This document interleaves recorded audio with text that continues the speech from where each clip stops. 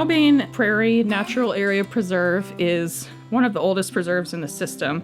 It was established as a natural area preserve in the early 90s to protect the wet prairie natural community that exists there alongside the South River. There are sections of Calbane that have never been planted, farmed, or tilled, which is extremely rare in the very agricultural valley. It's a reservoir of species and biodiversity that are tough to find elsewhere in the valley that is representative of what was more common in the valley. Walking through the grassland areas, particularly in the area that I know has never been tilled, just the density of life. Pollinators at Calbane and across the valley and across every place in the world that has a flowering plant, they represent not only a force for reproduction at that site of those native plants, but they link that site to every other site that they visit, and they take the genetic diversity of the sites they visit to other places, to other native plants. That increases the resilience of the landscape. So if you don't have enough types of native plant, then you will not be able to support as many types of pollinators. It's more than just honeybees, right? There are so many native species of bee and wasp and fly and beetle and all these other crucial organisms that are interdependent with their native plant neighbors and homes. And so they're stitching the web of the ecosystem of the valley.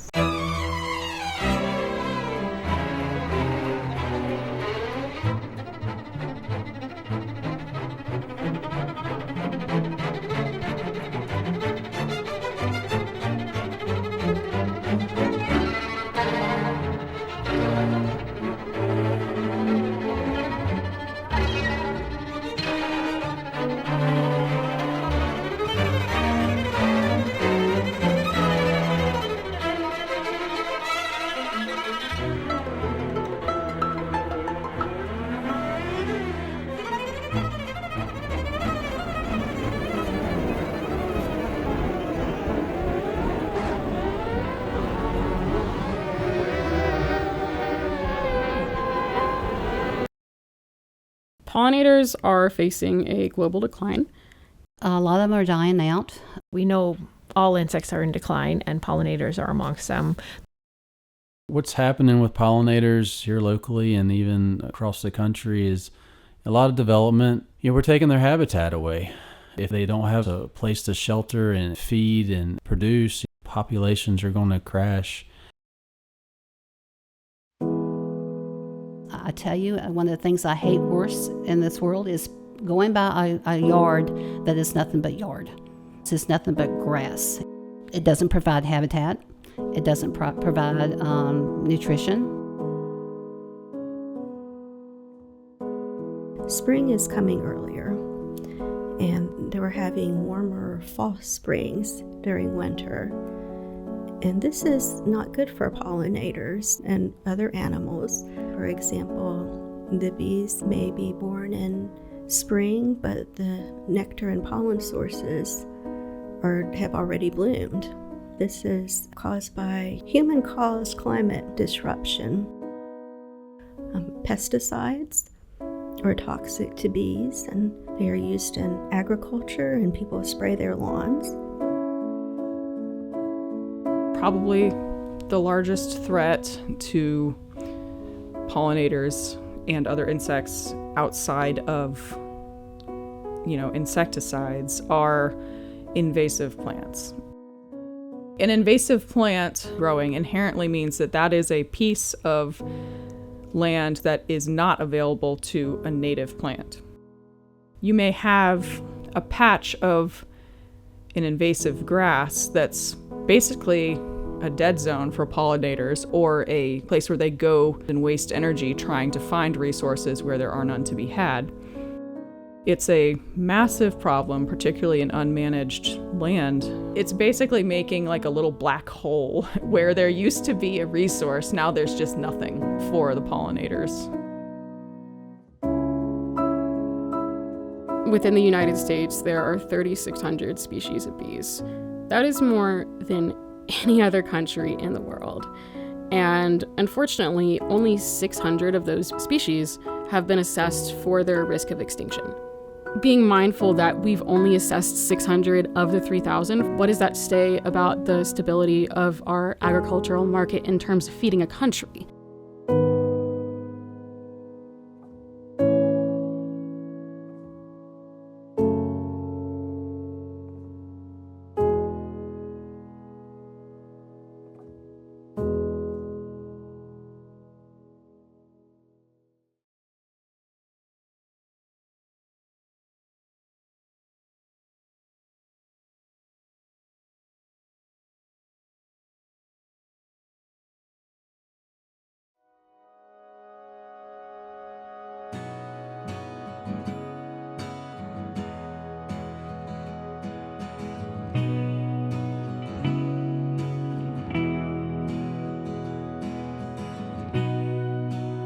When I joined the Parks Department, I was really focused on trees, and I really didn't know about pollinators. Or I really wasn't focused, I guess I should say, on pollinators.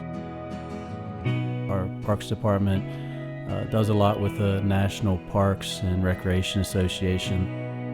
In 2017, there was a big push for parks pollinators, and it really caught my interest. At that time, we were hiring a new landscape supervisor, and he came on and had a lot of experience with pollinators. He's a beekeeper.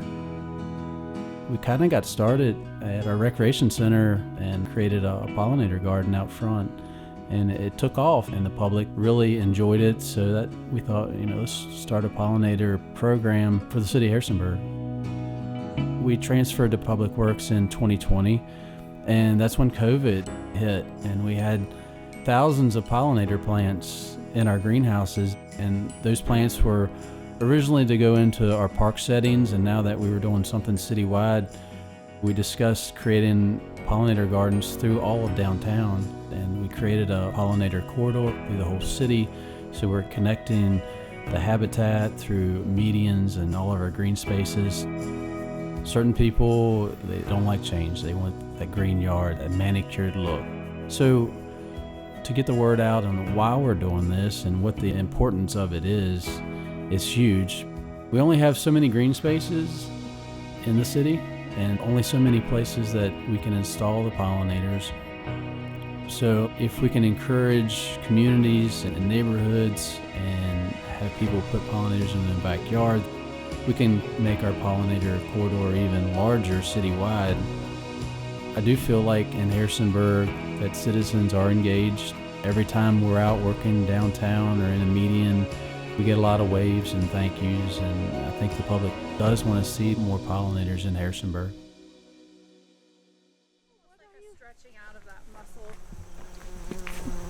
He's recording the bees. Oh, wow. You can come in my place. I have lots of them. Oh, awesome. Yes.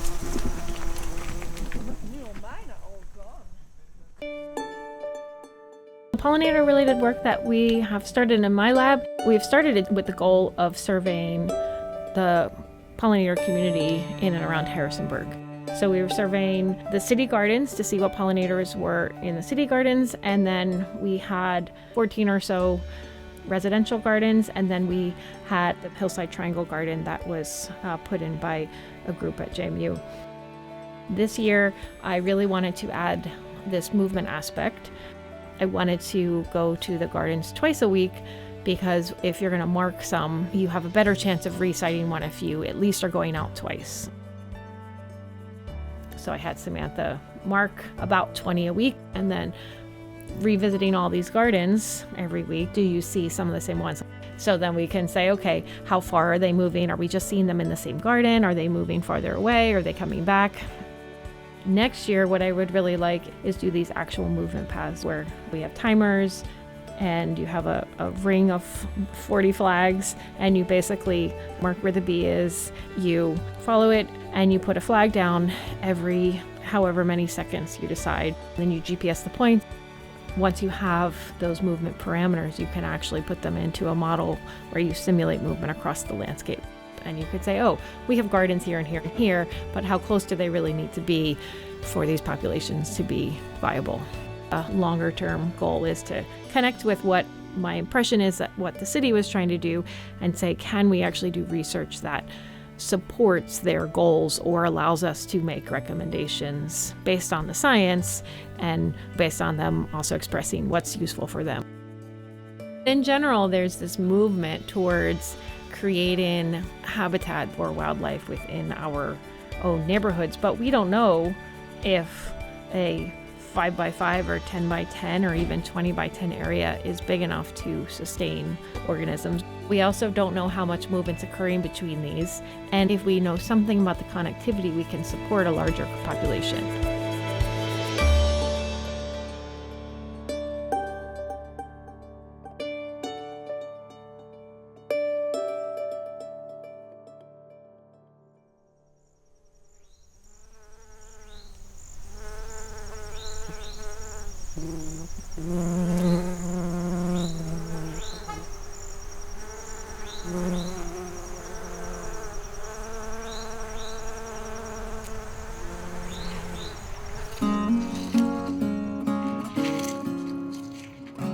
When I was a child, my mother instilled in me a great love for nature and also a love for gardening and for flowers.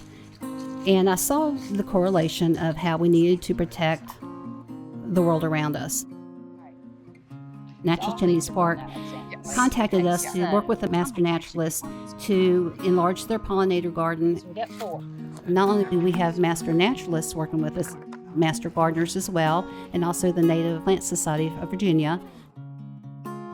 We're planning on taking out the species that are non-native and replanting with species that are from our region, specifically so that the insects, pollinators from our area will have a nutritious meal to sustain them there. When we think of native plants, the plants were there and the species, they just grown up together through the centuries. Well, I know that people think the honeybees do it all. Sure, they do help. They help a lot. But we have a lot of native insects and creatures that are just as important, if not more important, to our food sources, our farms that are around us, the fruits and vegetables both. And we've got to protect them. We've got to see the importance and take care of this, or we are really in peril. I want to pass on nature and my love for the outdoors and for the creatures around us to our children and our grandchildren and the world around us. And I want to teach others around me the importance of the pollinators to our food system and into our life in general. One of the ways I can do that is by working in the gardens in public and share my knowledge with people who just come by. And I'm seeing more and more interest in sustaining pollinators. Someone will come by and just start a conversation and they ask for resources and I'm able to give that to them, and that's really important to me. It makes me feel good about what I'm doing, and I know I'm doing the right thing. Yeah, this is long term. Working with pollinator gardens is something I will do for the rest of my life, for sure.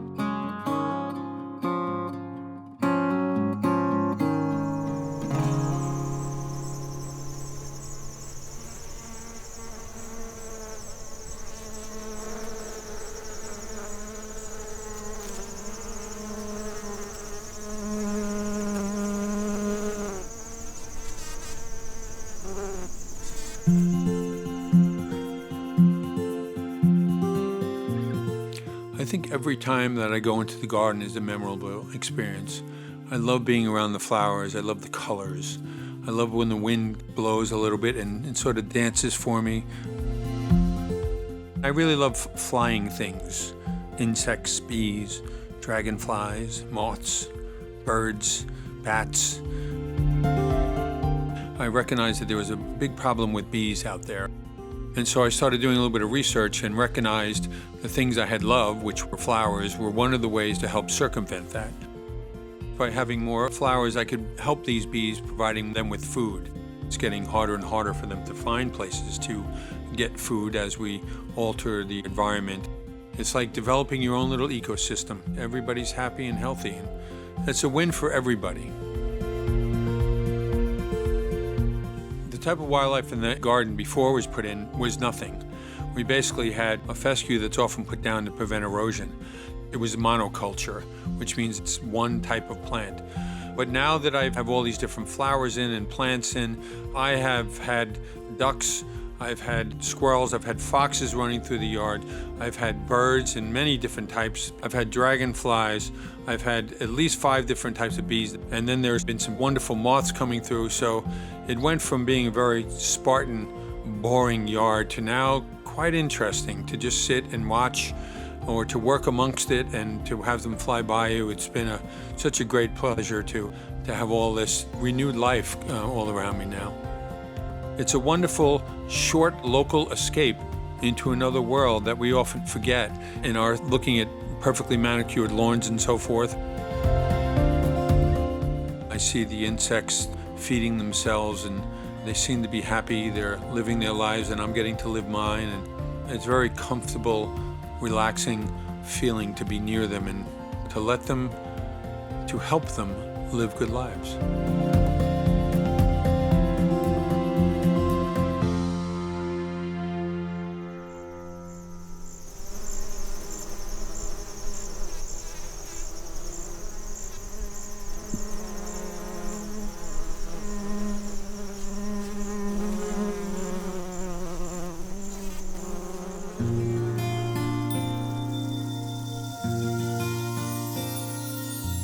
There's things like pandas and elephants and, koala bears and lions. That's what people give money towards for conservation. People don't often think of these smaller things. But even local bees, if we learn about them, there's a lot of beauty in there. I feel a responsibility as a conscious human being to do right by the ecosystem that I'm a part of. I'm obliged by being an animal dependent on this local ecosystem to participate in its care and keeping. Yeah, I think there's hope. I think that we've kind of turned the page and where people and pollinators can coexist. I think people are creating more spaces for pollinators. More people are recognizing the importance of gardening with native plants, and more nurseries are starting to offer native plants. An ideal future that I think about, which I think education and regulation both play into, is a world where individual people are invested in the land that helps support them. So their physical location, what's outside their office, what's outside their home, their neighboring wild spaces. If I can imagine the future of the Harrisonburg Pollinator program, just having plants everywhere. Downtown, it would be filled up. We wouldn't have the guys out mowing the medians. We would just have pollinator gardens all over the city of Harrisonburg. The earlier you can get someone to care about native plants and local ecosystems, the more likely they are to integrate that care into themselves, into their identity. This should be a part of every child or young person's education, as they will eventually be responsible for the continued care of their surroundings, because I'm not going to be around forever. I feel this responsibility acutely as a new parent. I hope that one day in Harrisonburg I see a little kid who says, "That is the genus Malisotis, and I know this because it has very long antennae." I really hope something of that sort happens, because if it can happen in our community, it can happen anywhere. It would be such a dream if I saw a little kid that was just info bombing their parent about bees or different species. Be like, yeah, that's great. That's good stuff.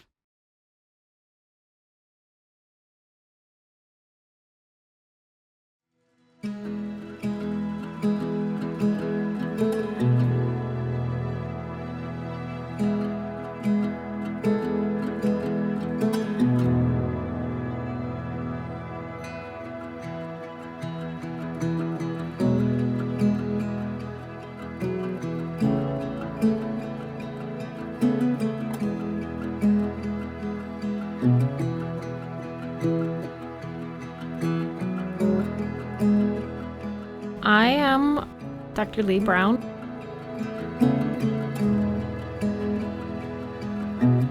I'm Stephanie Gardner.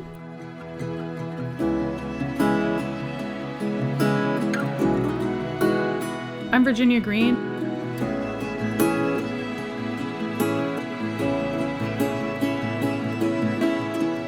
My name is Jeremy Harrell.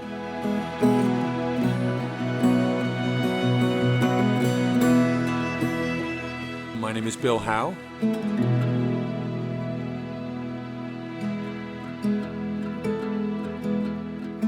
My name is Cheryl Shull.